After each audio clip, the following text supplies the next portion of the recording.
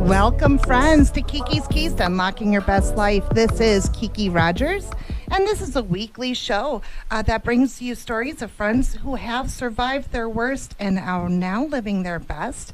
And my name is Kiki Rogers, your gracious hostess.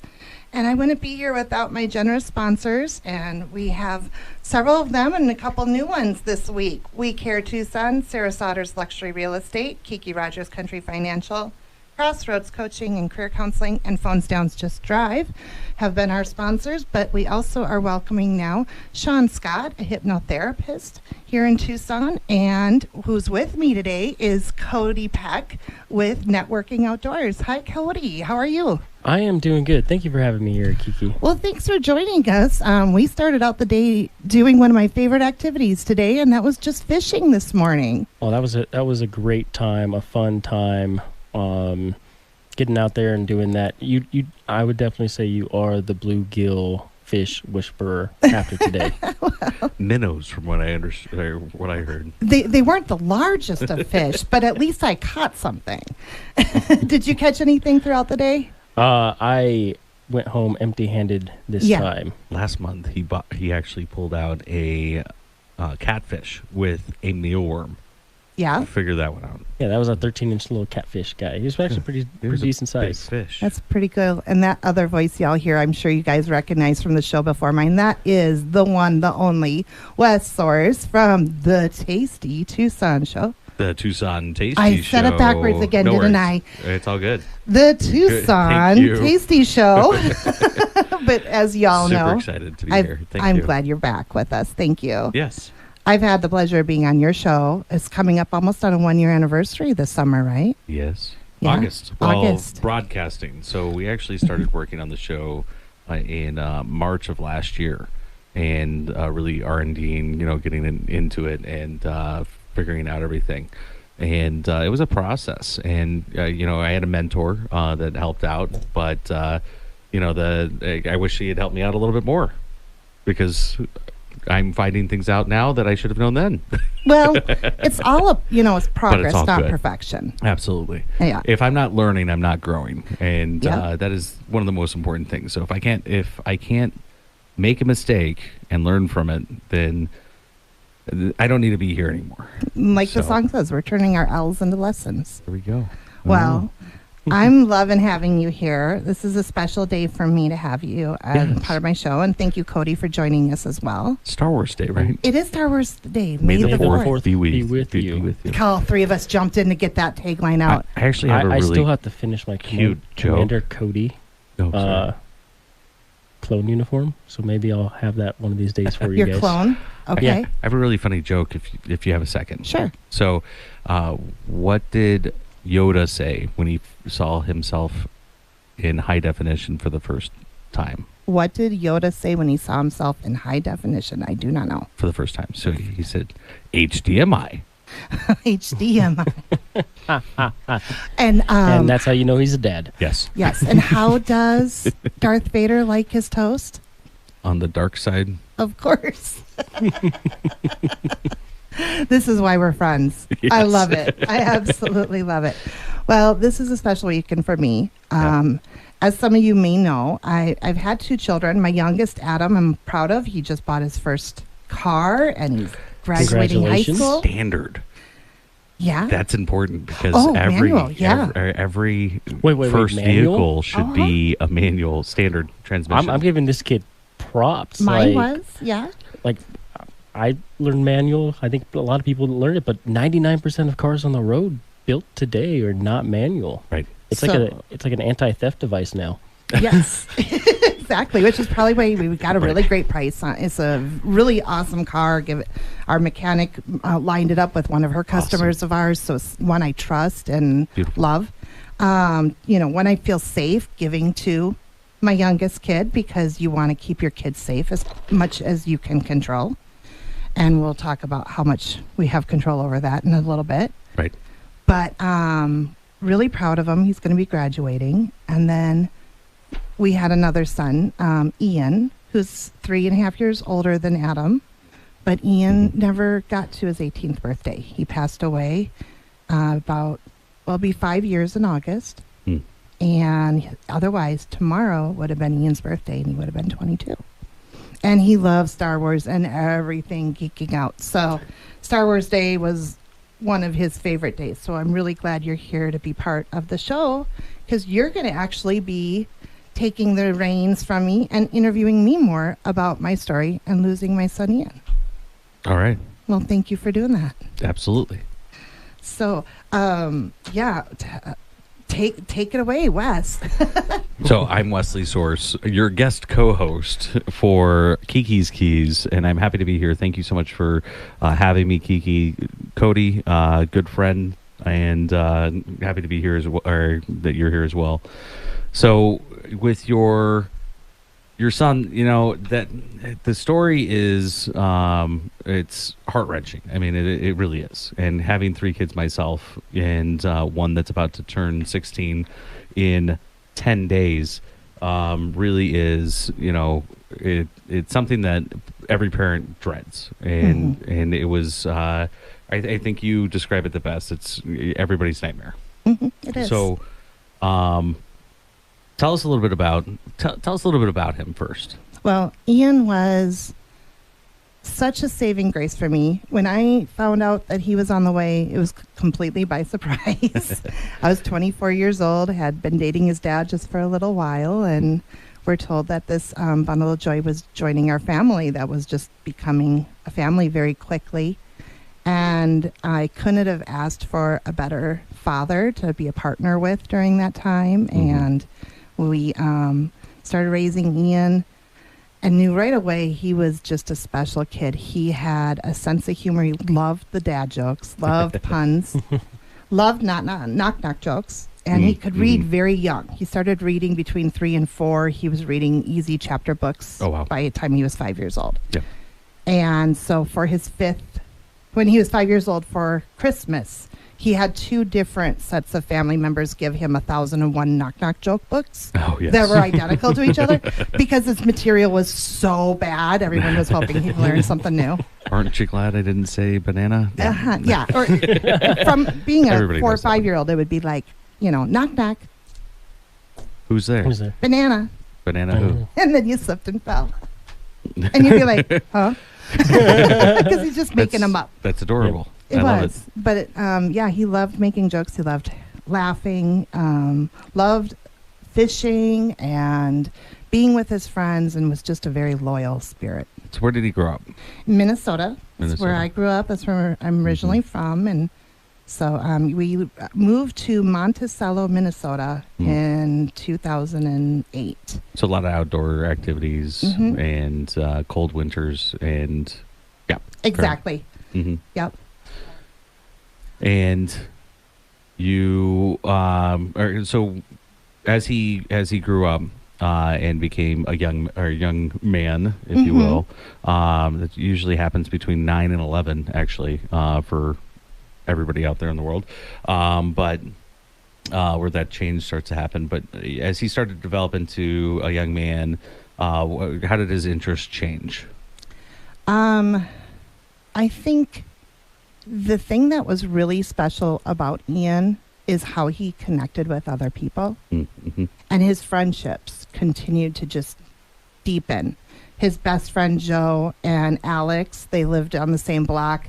His whole life was built around those friendships. Right. And as he went into middle school, then it just continued to cement, and he just made some incredible connections. And he was very gifted at meeting people where they were at and empathizing with them and not bringing judgment into it. And he just wanted to bring joy to everyone's life. That's very special. Yeah. What was there? When did he discover Star Wars? Oh, Star Wars. Yeah, that's probably right about that age too. Yeah, Star Wars, all things video games, comic books, your typical boy and nerd stuff. Fair enough. So, good student? Yes and no. He struggled.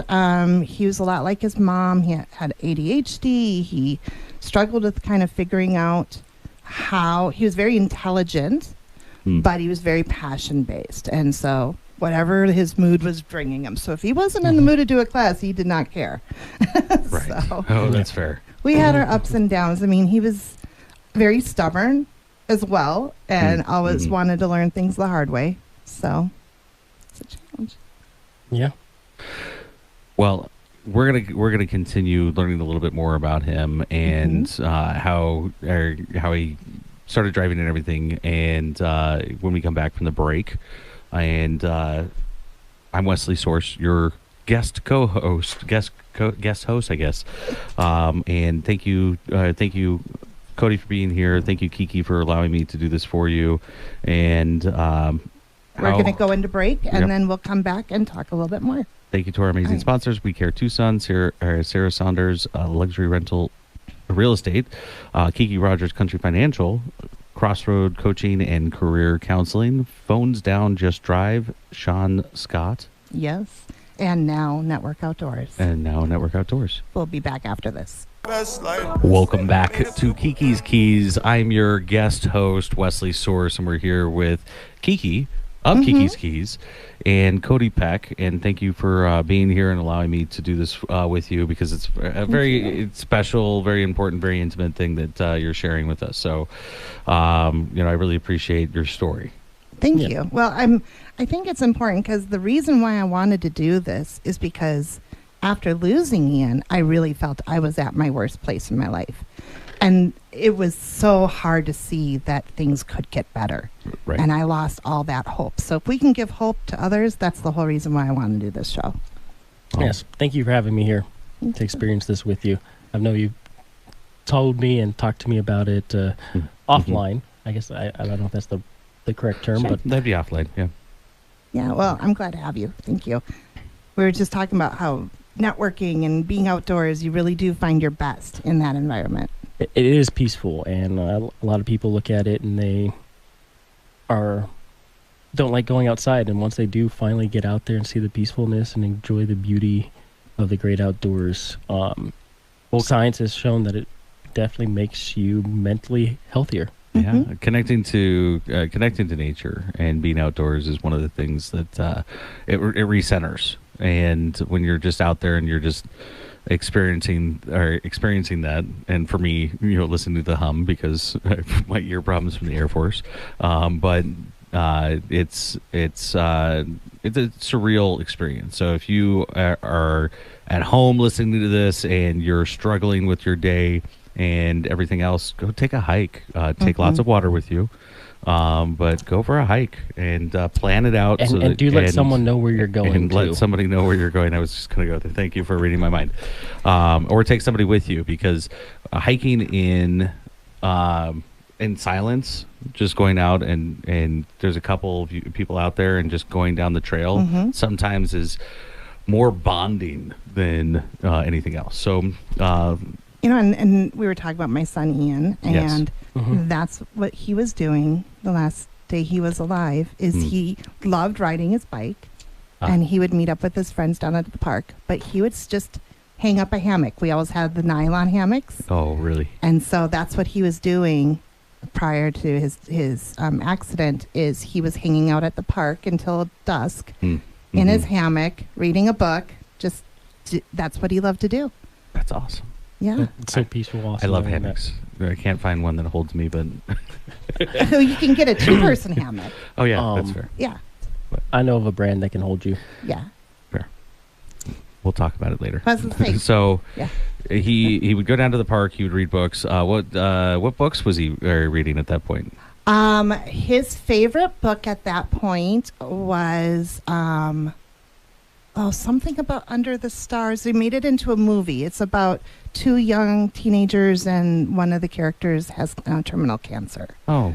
And do you know what I'm talking about? I do. Yes, it's a Nicholas Sparks book, I believe. Is it? Okay. It's something Under the Stars, I think. But he had actually just come home the day before from Reaching Your Stars? No, you're thinking of Reach for the Stars, a nonprofit organization. I'm not gonna look it up, but it doesn't matter. I don't have producer Gene in here to he was spending some time up at Star Lake Wilderness Camp, which is a camp in Minnesota we'd been a part of for over 3 generations in our family, and he had just returned home from there, and he had gifted that book to the library there.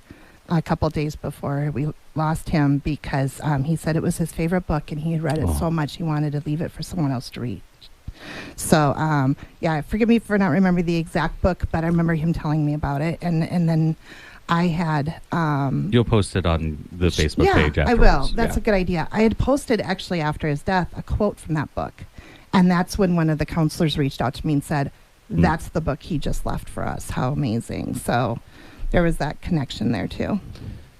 So this is where the conversation gets a little bit difficult. But what was so he was coming home. He was riding his bicycle home, and something happened. Yeah, it was 9:48 ish. His curfew was 10 p.m. He was literally on it's a 4-way stoplight highway next to our neighborhood, and there was a U-turn kind of in the middle because there was a median and no way for the bicyclist to get from one side to the other without going over that median. So we think he was just approaching the U-turn to cross over. So he was on the wrong side of the street.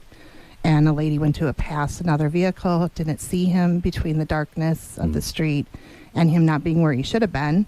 And not having enough reflectors, lights on his bike. It was just a bicycle he got from like a garage sale or Facebook marketplace. So it wasn't, brand new standards and didn't have enough reflectors. So she didn't see him and he wasn't wearing his helmet. And so when she hit him, he died instantly. And we were informed at about an hour later from a knock on the door from 4 sheriffs. And they came in with their hats to their chest and informed us that our son was involved in an accident. And then they said, and he didn't make it. And I'm like, no, that's not how this works. No, you're going to tell us he's at the hospital. We're going to go. We're going to see him. It's going to get better. Right. Everything else that's gone wrong in my life got better. This is going to get, and it didn't. He was gone. And the next time I saw my son was at the morgue or at the, visitation place. Funeral home. Yeah. Thank you. So... a life-changing and it's an experience any parent, it dreads. You dread it, and then when it happens, the guilt that sets in. You're not only losing your child and grieving, but you feel responsible because you had one job as a parent. And he was 17, and I didn't get him to 18 safely. We didn't buy him his first car. He didn't get his license, all of those things. And so that guilt on top of the grief and the loss, and it just... unmanageable. I can't even imagine. It left me completely bankrupt emotionally, spiritually. I wasn't able to go back to my business. I was nothing for about 2 years there. Understandably. And so you moved out of Minnesota. We did. So after 2 years, our youngest, Adam, at that time he was 13 when he lost his brothers. So fast forward 2 years, he's going on to 15. Right. And we realized we were stuck. We were stuck in our grief. We were stuck in our sadness. Every day, my husband's routine would be to leave to go to work. He'd have to take that U-turn and look at the spot where our son passed away. And then he'd have to pull over, cry, compose himself, and then finish the trip 5 miles to his work. And then go about the day. I couldn't even do that. I couldn't leave the house. And then Adam, being COVID had picked up, this lost him August of 2019. COVID started. He lost not only his brother, but the ability to visit his friends at school and his support system. And so he got very behind in school during that as well. So we moved as kind of like it was either we were never going to survive it or we needed to do something different. And that brought you to Bullhead City, Arizona. Initially, yep. Enough time to kind of shop around and realize we did not want to stay in Bullhead City, but gave us the opportunity to come visit Tucson. Yeah. Which we loved. Yeah. And so what was the turning point? What was the moment that you realized, okay, so my world ended?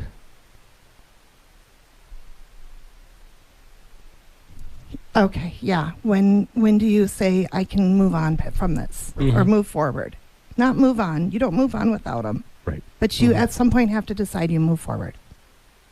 There were 2 points. For me, one was on the first anniversary of his death because that was the first time I stopped going through the motions and I just went out and I screamed at God. Why? And I screamed profanities at him. Why?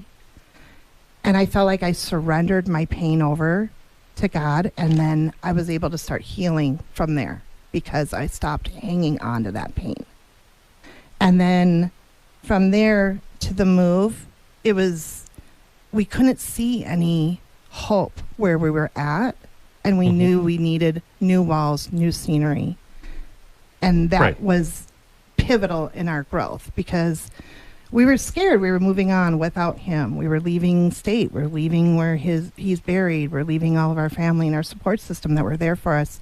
Right. But we knew we couldn't stay there, and we were going to just completely fall apart if we didn't make a change. And that's a big part of the grieving process, and that's an important part because being able to, again, it's not moving on; it's just moving past that moment and not being stuck in it. Yeah. So, I mean, I know we're out of time now. If I have any takeaway to share, and thank you so much for being here and facilitating this so I could share my story. My biggest takeaway for everyone out there is no matter what you're going through, no matter how terrible it feels at the moment, don't give up on yourself because you will get stronger through it.